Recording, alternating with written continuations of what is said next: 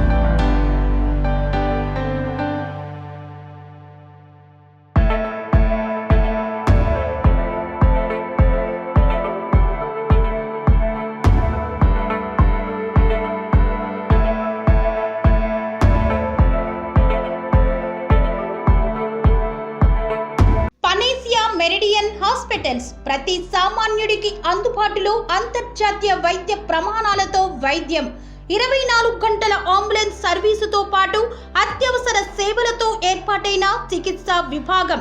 మా దగ్గర గుండె సంబంధిత, మూత్రపిండ, కాలేయ, కంటి జబ్బులకు, మోకాళ్ల శస్త్ర చికిత్సతో పాటు కోవిడ్-19, బ్లాక్ ఫంగస్ వంటి వైరస్లకు, అన్ని రకాల ఆరోగ్య సమస్యలకు నమ్మకమైన అత్యాధునిక వైద్య చికిత్సను అందిస్తున్న హాస్పిటల్ పనేసియా మెరిడియన్ హాస్పిటల్స్.